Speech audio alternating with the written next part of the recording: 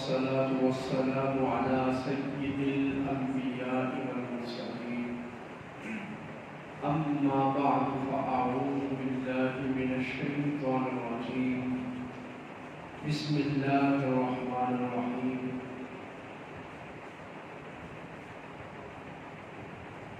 قال الله جل جلاله وعظم جلاله أنعم الله عليهم من النبيين والصديقين والشهداء والصالحين صدق الله العظيم إن الله وملائكته يصلون على النبي يا أيها الذين آمنوا صلوا عليه وسلموا تسليما اللهم صل على سيدنا ومولانا محمد وعلى آل سيدنا ومولانا محمد وبارك وسلم عليه تمام احباب مل کر پڑھیے الصلاۃ والسلام علیک یا سیدی یا رسول اللہ وعلى آلك وأصحابك يا سيدي يا حبيب الله الصلاة والسلام عليك يا سيدي يا نبي الله وعلى آلك وأصحابك يا سيدي يا نور الله الصلاة والسلام عليك يا سيدي يا شفيع المسلمين وعلى آلك وأصحابك يا سيدي يا رحمة للعالمين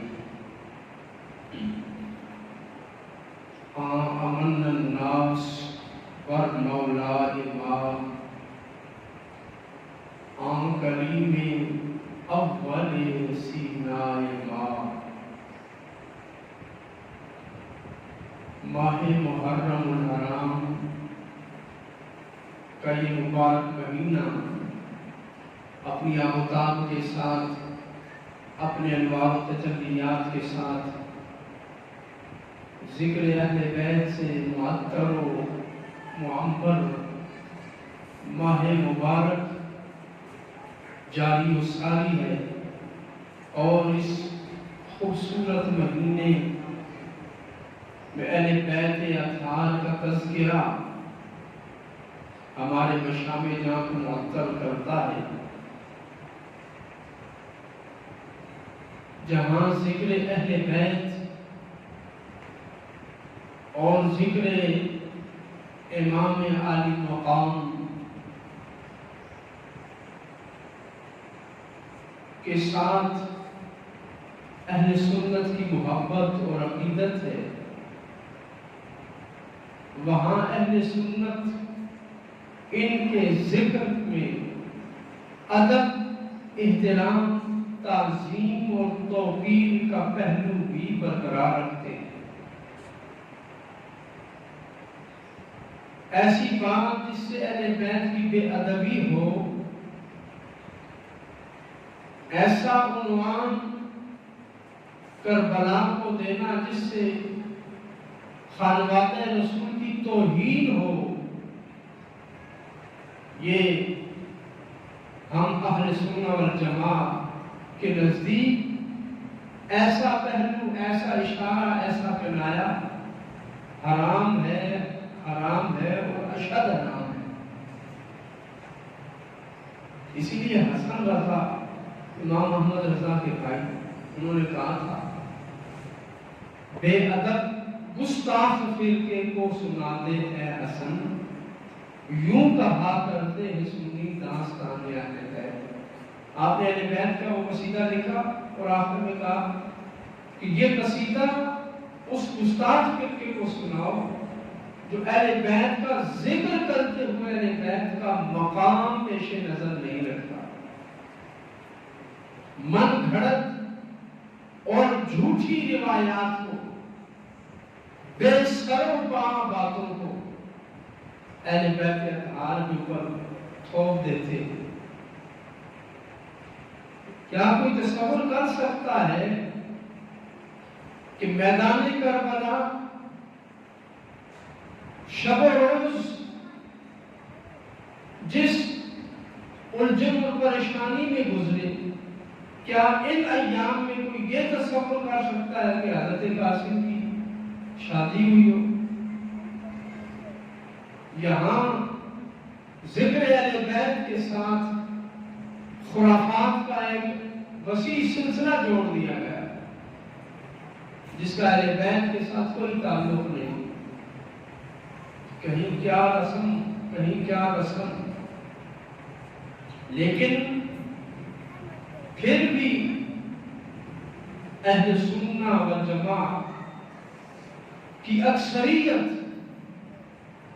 اور اس ملک کی بھی اکثریت یہ نظریہ رکھتی ہے کہ ہر مذہب کو، ہر فرقے کو اپنی حدود میں رہتے ہوئے جلسے اور جلوس کرنے کی اجازت ہے، انہیں آزادی ہونی چاہیے. اور یہ اہل سنت کے پرامن رہنے کی سب سے بڑی قوی دلیل ہے کہ اہل بیت اطہار کا ذکر اور ان کے ذکر کے لیے ان خرافات تک کو وہ امن عامہ کے لیے برداشت کر جاتے ہیں. لیکن اہل سنت کی اس خاموشی کو، امن و امان کو کچھ لوگوں نے کمزوری سمجھ لیا کہ شاید اہل سنت و جماعت کے جذبات اب ٹھنڈے ہو چکے ہیں. اس کمزوری کو بھانپتے ہوئے انہوں نے ذکر اہل بیت کے ساتھ نبی کریم صلی اللہ علیہ وآلہ وسلم کے دیگر رشتہ داروں، دیگر ہم نسبوں اور دیگر غلاموں اور بالخصوص صحابہ کرام کی توہین کرنا شروع کر دیا اور ان کی گستاخی اور ان کے بارے میں نازیبا الفاظ اور ان کے بارے میں تہمتیں اور ان کے بارے میں تکفیری فتوے یہ آنا شروع ہو گئے. علمان والحفیظ کہ اس ملک کا امن برقرار رکھنے کے لیے اہل سنت نے جو قربانیاں دی، اہل سنت جس منہج پہ چل رہے ہیں اس منہج کو یکسر فراموش کر کے پورے ملک کی سطح پر ایک بدتمیزی کا طوفان برپا کر دیا گیا. صرف بدتمیزی نہیں بلکہ لاقانونیت کا بازار گرم کر دیا گیا ہے. مثلا ایک جلوس کو ایک مقام سے گزرنے کی اجازت ہے،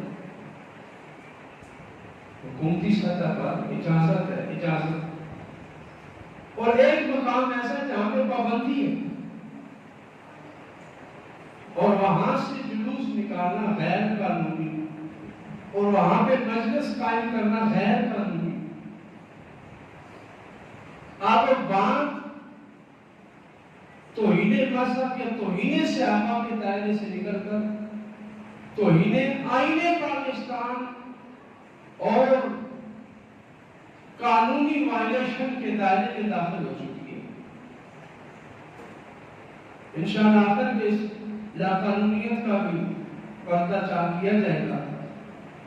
لیکن صحابہ کرام رضوان اللہ تعالی علیہ مجمعین کی ذات کے بارے میں اس محرم الحرام میں پورے ملک میں مختلف مقامات پر صحابہ کے بارے میں نازیبا کلمات اور ان کی شان میں گستاخی کی گئی اور ان کی ذات پر تبرہ بازی کی گئی، حتیٰ کہ اسلام آباد جیسے حساس علاقے میں حضرت سیدنا صدیق اکبر رضی اللہ تعالی عنہ کی تکفیر تک کر دی گئی.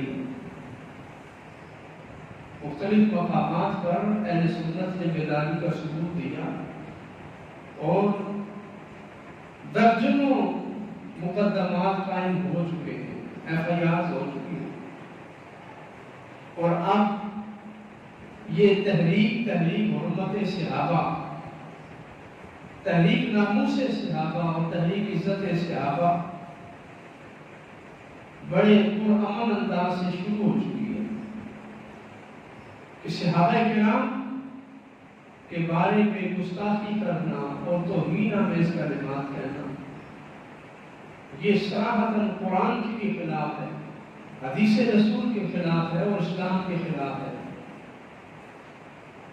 حضرت امام نسائی نے کہا تھا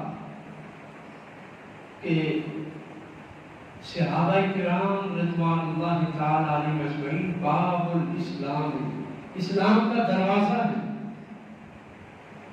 جو ان کے بارے میں کوئی بےہودہ کلمہ کہتا ہے سمجھ لو وہ اسلام پر حملہ کر رہا ہے، کہ جب کوئی دروازہ توڑنے کی کوشش کرتا ہے تو وہ گھر لوٹنے کی کوشش کرتا ہے۔ تو صحابہ باب الاسلام ہے، اسلام کا دروازہ ہے۔ اس دروازے پر جب دستک ہو تو تم متنبہ ہو جاؤ، جاگ جاؤ کہ اب اسلام پر حملہ آور ہونے والے پوری طرح اسلام پر حملہ آور ہو چکے ہیں۔ نبی کریم علیہ السلام کے صحابہ میں 3 صحابی، حضرت ابو بکر، حضرت عمر اور حضرت عثمان غنی، اور پھر حضرت سیدنا امیر معاویہ رضی اللہ تعالیٰ عنہ، ان کے والد گرامی حضرت ابو سفیان، ان کی والدہ حضرت ہندہ رضی اللہ تعالیٰ عنہ، ان کے بارے میں جو تہمت ہو سکتی ہے وہ محرم میں لگائی جاتی ہے۔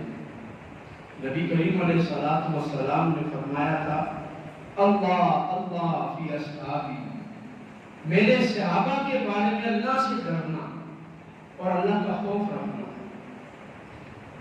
صحابہ کرام رضوان اللہ تعالیٰ علیہ اجمعین کا جب ذکر آئے تو اس وقت خدا خوفی کرو اور اللہ کے ذکر سے اور میرے صحابہ کے ذکر سے اپنے قلوب و ذہن کو معطر کرو اور ان کی بے ادبی سے بچو۔ قرآن کریم میں اللہ رب العزت نے فرمایا انعم اللہ علیہم من النبیین والصدیقین والشہداء والصالحین وحسن اولئک رفیقا، کہ اللہ تعالیٰ نے انعام فرمایا، انعم اللہ نے انعام فرمایا کن پر؟ من النبیین، انبیاء پر، نبیوں پر اللہ کا انعام ہے، والصدیقین اور صدیقین پر اللہ کا انعام ہے، والشہداء اور شہیدوں پر اللہ کا انعام ہے، والصالحین اور صالحین پر اللہ کا انعام ہے۔ نبی انعام یافتہ، صدیقین انعام یافتہ، شہداء انعام یافتہ اور صالحین انعام یافتہ، یہ 4 گروہ ہیں۔ نبیین، نبوت کا دروازہ حضور پر بند ہو گیا۔ صدیقین، اس سے مراد امام آلوسی نے لکھا کہ صدیقین مقام صدیقیت ہے، والشہداء یہ مقام شہادت ہے، والصالحین یہ مقام ولایت ہے۔ مقام نبوت کے بعد مقام صدیقیت ہے، پھر مقام شہادت ہے، پھر مقام ولایت ہے۔ یہ 3 مقام قرآن کی اس آیت کی روشنی میں باقی ہیں۔ اور امام آلوسی اپنے شیخ و مرشد کے حوالے سے لکھتے ہیں کہ مقام صدیقیت یہ نبوت کے بعد اس امت کے اندر سب سے اعلیٰ اور افضل مقام ہے، سب سے اعلیٰ اور افضل مقام ہے۔ اور اس مقام صدیقیت کے قطب مدار، قطب الاقطاب حضرت سیدنا صدیق اکبر رضی اللہ تعالی عنہ ہیں۔ دوسرا مقام ہے مقام شہادت. مقام شہادت کہ قطب مدار اور قطب الافکار حضرت سیدنا فاروق اعظم رضی اللہ تعالی عنہ ہے. تیسرا مقام ہے مقام ولایت، جسے الصالحین سے تعبیر کیا گیا. یہ مقام صالحیت اور مقام ولایت، اس کے قطب الافکار اور قطب مدار حضرت مولا علی مشکل کشا شیر خدا رضی اللہ تعالی عنہ ہے. امام علوسی فرماتے ہیں، شیخ و مرشد سے مرید نے عرض کی، حضور حضرت ابو بکر مقام صدیقیت پر، حضرت عمر مقام شہادت پر، حضرت علی المرتضیٰ مقام ولایت پر، لیکن بیچ میں سے حضرت عثمان غنی کدھر گئے؟ مقام تین ہیں، آپ نے تینوں کے قطب الافکار اور قطب مدار تو بیان فرما دیے. قطب مدار کیا ہوتا ہے؟ کہ اللہ تعالیٰ جس پر سب سے پہلے تجلی فرماتا ہے، جس مقام اور جس فن کا وہ قطب ہوتا ہے، اس پر پہلے اللہ تجلی فرماتا ہے، اس کے بعد باقی افراد پر اس کے واسطے سے تجلی آتی ہے. یعنی مقام صدیقیت اس امت میں سب سے پہلے حضرت سیدنا صدیق اکبر کو حاصل ہوا، اور قیامت تک جو مقام صدیقیت پر فائز ہوگا وہ حضرت ابو بکر صدیق کے واسطے سے ہوگا. جو قیامت تک مقام شہادت پہ فائز ہوگا وہ حضرت عمر کے واسطے سے ہوگا. جو قیامت تک مقام ولایت پر فائز ہوگا وہ حضرت علی کے واسطے سے ہوگا. تو مرید نے عرض کی، حضور حضرت عثمان غنی کدھر گئے؟ حضرت عثمان غنی کا مقام کیا ہے؟ اس آیت کی روشنی میں آپ نے فرمایا حضرت عثمان غنی ذوالنورین ہیں. ان کا لقب ذوالنورین ہے، دو نوروں والے. کہ حضرت عثمان غنی کو مقام شہادت بھی حاصل ہے اور مقام ولایت بھی حاصل ہے. مقام شہادت اور مقام ولایت کے جامع حضرت سیدنا عثمان غنی ہیں، وہ بھی اس مقام کے قطب الافکار اور قطب مدار ہیں، اور یہ دونوں مقام حضرت عثمان غنی کو حاصل ہیں. اس لیے آپ کو ذوالنورین کہا جاتا ہے.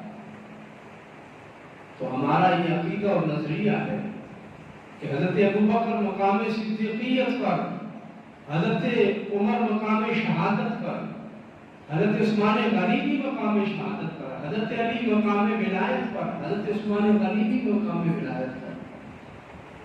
یہ چاروں صحابہ اپنی شان میں ممتاز اور منفرد ہیں. اس لیے حضور کے بعد بالترتیب ان کو خلافت عطا کی گئی. نبی علیہ الصلوۃ والسلام نے حضرت ابوبکر صدیق کے مقام میں صدیقیت کے بارے میں جب احد پہاڑ پہ آپ تشریف فرما رکھتے تو احد پہاڑ پہ زلزلہ طاری ہوا تو حضور نے فرمایا اسکت اے احد رک جا، ٹھہر جا، فإن علیک نبی وصدیق وشہیدان. اے پہاڑ تیرے اوپر اللہ کا ایک نبی کھڑا ہے، اور دیکھ تیرے اوپر ایک صدیق کھڑا ہے، اور تیرے اوپر دو شہید کھڑے ہیں. تیرے اوپر دو شہید کھڑے ہیں. حضور تھے، حضور کے ساتھ حضرت ابو بکر صدیق تھے، حضرت ابو بکر کے ساتھ حضرت عمر، اور پھر ساتھ حضرت عثمان غنی، اور ایک روایت میں حضرت علی تھے. تو حضور نے حضرت ابو بکر، آپ کا نام ابو بکر ہے، تو کیا فرمایا؟ ان علیک صدیق، تیرے اوپر صدیق کھڑا ہے، وہ شہیدان، اور دو شہید کھڑے ہیں. اے پہاڑ ٹھہر جا، اس زلزلے سے تو کیوں متاثر ہوتا ہے؟ باقی زمین ہلتی ہے، زلزلے سے متاثر ہوتی ہے تو ہوتی رہے، تیرے اوپر تو نبی کھڑا ہے، صدیق کھڑا ہے، دو شہید کھڑے ہیں، جس پر تجلی نبوت کی پڑ رہی ہو، تجلی صداقت کی پڑ رہی ہو، تجلی شہادت کی پڑ رہی ہو، بھلا وہ کہاں دگرگوں ہو سکتا ہے؟ تو حضور نے اس روایت میں حضرت ابو بکر کو صدیق قرار دیا، صدیق کہا کہ ابو بکر صدیق ہے، اور حضرت عمر کو شہید قرار دیا۔ ابھی حضرت عمر زندہ تھے، موجود تھے، حضور کا خلیفہ بننا تھا، لیکن اس وقت حضور کو یہ علم تھا کہ حضرت عمر شہید ہوں گے، ان کی شہادت، ان کی موت شہادت کے ساتھ آئے گی اور فی سبیل اللہ آئے گی۔ تو جو نبی 60 سال بعد ہونے والے شہادت کو دیکھ رہا ہے، کیا وہ نبی اپنے احوال سے بے خبر ہو سکتا ہے؟ جو نبی امت کے حالات بیان کر رہا ہے، اس نبی کے اپنے بارے میں حالات اور علم کی واقفیت کا عالم کیا ہوگا؟ تو الغرض حضور نے ان کو اپنے ساتھ رکھا۔ آقا کریم علیہ الصلوۃ والسلام ایک روز اپنے حجرہ مقدسہ سے باہر تشریف لائے، صحابی فرماتے حضرت ابو بکر صدیق دائیں تھے اور حضرت عمر بائیں طرف تھے، حضور نے دونوں پر اپنے دست مبارک رکھے ہوئے تھے۔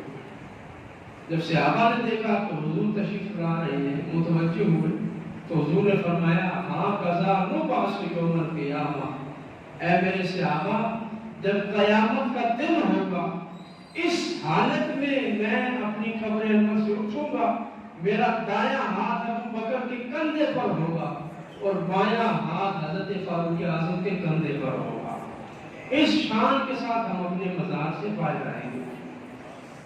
تو جو صحابی حضور کی زندگی میں حضور کے ساتھی، پھر مزار میں بھی ساتھی، اور پھر قیامت کے دن جب ہولناک منظر ہوگا اس قیامت کے قائم ہونے کے بھی ساتھی ہیں، اس محبت اور پیار کے ساتھ قیامت کو اٹھیں گے، تو ان مبارک اور مقدس ذاتوں پر انگلی اٹھانا ابو بکر یا عمر کی توہین نہیں ہے، خود رسول اللہ کی توہین ہے۔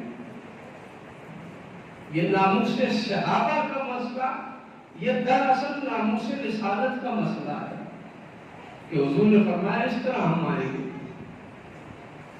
حضرت علی کا نام لینے والے حضرت ابو بکر و عمر کی گستاخی کیسے کر سکتے ہیں کہ حضور مولا کائنات نے فرمایا نبی علیہ السلام اس دنیا سے رخصت ہوئے، صحابہ نے حضرت ابو بکر کی بیعت کی، فبایعت، میں نے بھی ابو بکر کی بیعت کر لی، وردیت، اور میں اس بیعت پر دل و جان سے خوش ہوں، میں اس پر راضی ہوں۔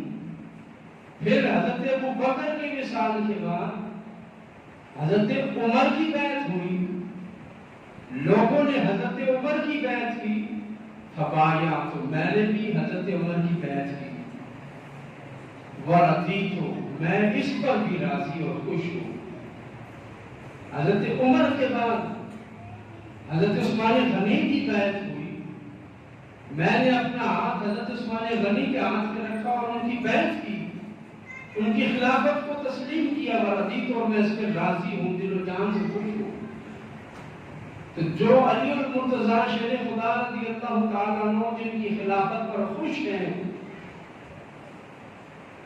تو یقیناً حضرت علی کا سچا غلام وہی ہوگا جو حضرت ابو بکر، حضرت عمر اور حضرت عثمان غنی کے ساتھ محبت رکھتا ہوگا اور ان کے ذکر سے خوش ہوتا ہوگا۔ حضور مولا کائنات علی المرتضیٰ شیر خدا رضی اللہ تعالی عنہ نے حضرت ابو بکر اور حضرت عمر کے بارے میں کیا فرمایا؟ جب حضرت علی کا دور تھا، آپ منبر پہ جلوہ افروز ہوئے، فرمایا مجھے یہ معلوم ہوا ہے کہ کچھ لوگ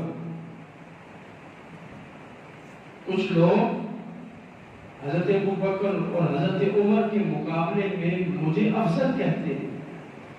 یہ کہتے ہیں کہ علی افضل ہے ابوبکر اور عمر سے. مجھے یہ معلوم ہوا ہے، مجھے یہ پتہ چلا ہے، اگر میرے سامنے ایسا کہتے تو میں ان کو پکڑتا. ہاں، اگر اس کے بعد مجھے کسی کے بارے میں علم آیا کہ وہ میری افضلیت کا قائل ہے اور ابوبکر اور عمر کے مقابلے میں مجھے افضل کہتا، حالانکہ ابوبکر و عمر افضل ہے، جو ان کے مقابلے میں مجھے افضل کہے تو علیہ ما علی المفتری، میں اسے وہ سزا دوں گا، اس پر وہ سزا لاگو ہوگی جو مفتری اور تہمت باز کی سزا ہوتی ہے. جتنے درے اور کوڑے مفتری کو لگائے جاتے ہیں، تہمت لگانے والے کو لگائے جاتے ہیں، اتنے کوڑے میں اس شخص کو لگاؤں گا جو حضرت ابوبکر عمر پر مجھے فضیلت دیتا. اور حضرت مولا کائنات علی المرتضیٰ شیر خدا رضی اللہ تعالیٰ اپنے دور حکومت میں جب خطبہ ارشاد فرماتے تو اس خطبے میں اکثر آپ یہ فرماتے کہ اس امت میں رسول اللہ کے بعد سب سے افضل ابو بکر ہے اور پھر عمر ہے. یہ خطبہ حضرت علی المرتضیٰ کا تھا. آج جو ہم خطبے میں حضرت ابو بکر، حضرت عمر، حضرت عثمان غنی، حضرت علی المرتضیٰ اہل بیت کا ذکر کرتے ہیں، یہ حضرت سیدنا علی المرتضیٰ شیر خدا رضی اللہ تعالیٰ کی سنت ہے کہ آپ جب خطبہ ارشاد فرماتے تو حضرت ابوبکر کی فضیلت اور افضلیت کو بیان کرتے، حضرت عمر کی فضیلت اور افضلیت کو بیان کرتے. سب جانتے ہیں کہ حضرت علی شیر خدا ہے، اشجع الناس ہے، سب سے بڑے بہادر ہیں. آپ کی بہادری مشہور ہے کہ خیبر شکن ہے آپ، لیکن آپ ممبر پہ جلوہ افروز ہوئے. آپ نے سوال کیا یہ بتاؤ کہ سب سے افضل حضور کے بعد سب سے بڑا بہادر کون ہے؟ بہادری میں سب سے افضل کون ہے؟ من اشجع الناس، شجاعت اور دلیری کس کی زیادہ ہے؟ جو سامعین کے سامنے کی حضور آپ سے بڑا بہادر تو ہم نے نہیں دیکھا. ہماری نظر میں تو ہے علی آپ سب سے زیادہ بہادر ہیں، آپ سے بڑا بہادر تو ہم نے نہیں دیکھا.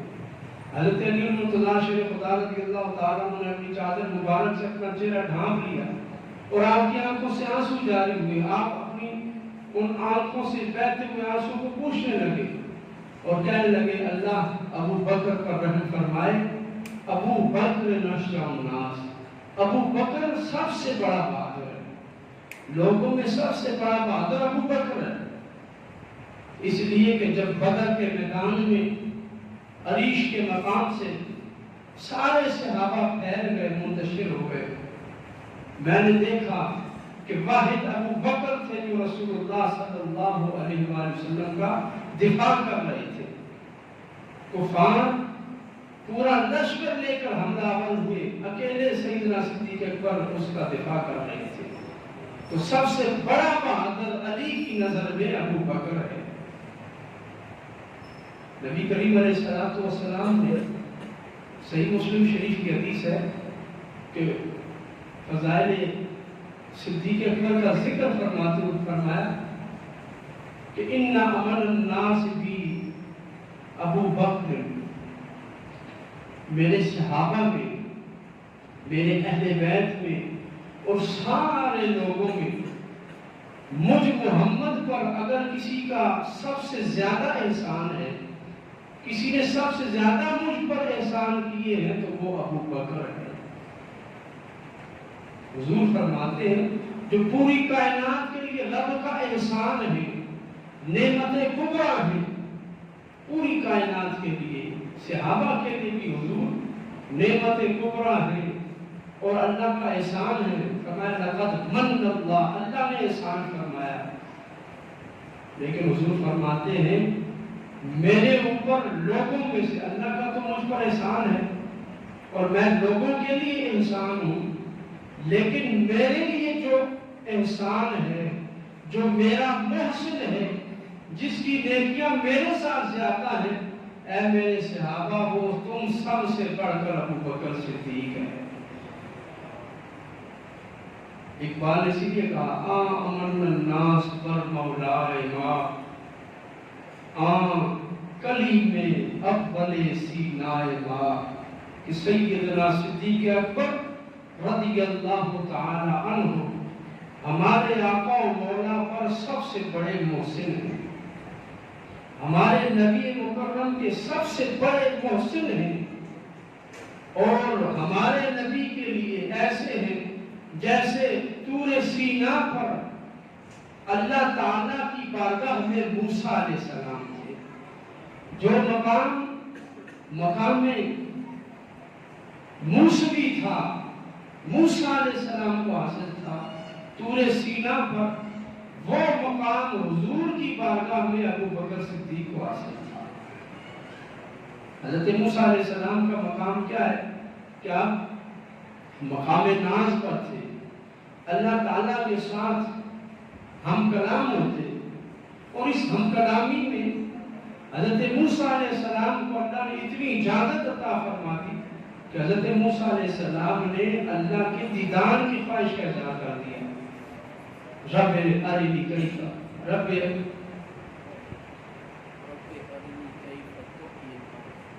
اے رب مجھے دکھا کہ تو کیسا ہے، انی انظر الیک، میں تجھے دیکھنا چاہتا ہوں۔ تو حضرت موسیٰ علیہ السلام نے اس خواہش کا اظہار کر دیا۔ اقبال کہتا ہے یہ مقام ناز نبیوں میں موسیٰ علیہ السلام کو حاصل تھا، اور حضور کی بارگاہ میں یہ مقام ناز صحابہ اور اہل بیت میں سے صرف سیدنا صدیق اکبر کو حاصل تھا۔ کلیم اول سینائے ما، حضرت سیدنا صدیق اکبر رضی اللہ تعالی عنہ کے بارے میں حضور نے فرمایا مجھ پر سب سے زیادہ احسان ہے، ابو بکر کے احسان ہے۔ اگر سب کے احسان جمع کیے جائیں، سب کی نیکیاں جمع کی جائیں، سب کی خدمت اسلام جمع کی جائے، اس سب کے مقابلے میں حضرت ابو بکر کا پلڑا بھاری ہے۔ اور حضور نے فرمایا ما نفعنی مال احد ما نفعنی مال ابی بکر، مجھے کسی کے مال نے اتنا فائدہ نہیں دیا جتنا ابو بکر کے مال نے مجھے فائدہ دیا ہے۔ کہ ابو بکر جب مسلمان ہوئے، جس روز آپ نے کلمہ پڑھا، اسلام کا اظہار فرمایا، آپ کے پاس 40,000 درہم و دینار تھے، آپ نے سب وقتاً فوقتاً اسلام کے لیے خرچ کیے، سب اسلام پر خرچ کیے۔ اور جس دن حضرت ابو بکر ہجرت کر کے مکہ سے مدینہ جا رہے تھے، صرف 5,000 درہم آپ کے پاس موجود تھے۔ 35,000 درہم و دینار جس نے حضور پر خرچ کیے مکہ میں، وہ ابو بکر ہے۔ اور صرف یہی نہیں، حضرت سیدنا علی المرتضیٰ رضی اللہ تعالیٰ عنہ پر بھی آپ خرچ فرماتے، اہل بیت کی بھی خدمت کیا کرتے تھے۔ آپ جانتے ہیں کہ حضرت سیدنا ابو بکر صدیق رضی اللہ تعالیٰ عنہ تو حضور نے یہ مقام دیا کہ اپنا بستر علی کے حوالے کیا۔ ہجرت کے وقت اپنا بستر علی کے حوالے کر دیا کہ اے علی تم میرے بستر کے وارث ہو، اسے سنبھالو اور یہ امانت تمہارے پاس ہے۔ لیکن حضرت علی کے بعد نبی کریم علیہ السلام نے حضرت ابو بکر کو کیا انعام دیا کہ اپنی ذات، صاحب ختم نبوت نے اپنی ذات ابو بکر کے حوالے کر دی کہ اے ابو بکر اب تم میرے امین ہو۔ حضرت علی کو بستر دیا، بڑی فضیلت ہے، بڑی شان ہے، لیکن بستر اس لیے افضل ہوا کہ اس کی نسبت حضور کے ساتھ ہے۔ نبی کریم علیہ السلام نے اپنے ساتھ جانے کے لیے، اپنی رازداری کے لیے جس خاندان کا انتخاب فرمایا اسے ابو بکر صدیق کہتے ہیں۔ اور اہل بیت اطہار کے چشم و چراغ فرماتے کہ ہم دور رسالت میں حضور کے دور میں نبی علیہ السلام کے اہل بیت کے ساتھ جس خاندان کو آل محمد کہتے تھے وہ حضرت ابو بکر کا خاندان تھا، کہ ہم ابو بکر کے خاندان کو آل محمد کہا کرتے تھے کہ یہ بھی آل محمد ہے۔ اور سیدنا علی المرتضیٰ شیر خدا رضی اللہ تعالیٰ عنہ حضرت ابو بکر کی کیا فضیلت بیان کی، آپ نے فرمایا وَهَلْ أَنَا إِلَّا مِنْ حَسَنَاتِ أَبِي بَكْرٍ، کہ میں صرف حضرت ابو بکر کی نیکیوں میں سے ایک نیکی ہوں۔ حضرت علی فرماتے ہیں میرا مقام کیا ہے ابو بکر کے مقابلے میں، کہ حضرت ابو بکر کے نامہ اعمال میں بہت سی نیکیاں ہیں، غار والی رات کی نیکی ہے، ہجرت والی نیکیاں ہیں، اسلام پر خرچ کرنے کی نیکی ہے، حضور کی خدمت کی نیکی ہے، اور ان ساری نیکیوں میں حضرت ابو بکر کی نیکیوں میں نامہ اعمال میں جتنی نیکیاں ہیں ایک نیکی علی المرتضیٰ بھی ہے۔ علی رضی اللہ تعالیٰ خود فرماتے ہیں کہ جب قیامت کے دن میزان قائم ہوگا، نامہ اعمال حضرت سیدنا صدیق اکبر میں کھولے گا تو اس نامہ اعمال میں ایک نیکی علی کی درج ہوگی۔ حضرت علی فرماتے ہیں میں ابو بکر کی نیکیوں میں سے ایک نیکی ہوں۔ غور فرمائیے جو اپنے آپ کو ابو بکر کی نیکی کہے اس کی نظر میں ابو بکر کا مقام کیا ہوگا، اور حضرت ابو بکر رضی اللہ تعالیٰ عنہ کی نیکیوں اور حسنات کا پلڑا کتنا بھاری ہوگا کہ ان کی نیکیوں کے پلڑے میں حضرت علی المرتضیٰ خود کھڑے ہوں گے۔ حضرت علی جن کے پلڑے میں کھڑے ہیں ان کی ذات کی عظمت کا عالم، رفعت کا عالم اور توقیر اور عظمت کا عالم کیا ہوگا۔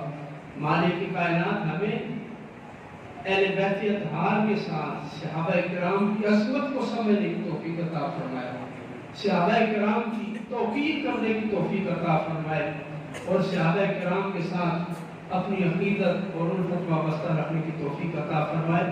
وآخر دعوانا الحمد للہ رب العالمین۔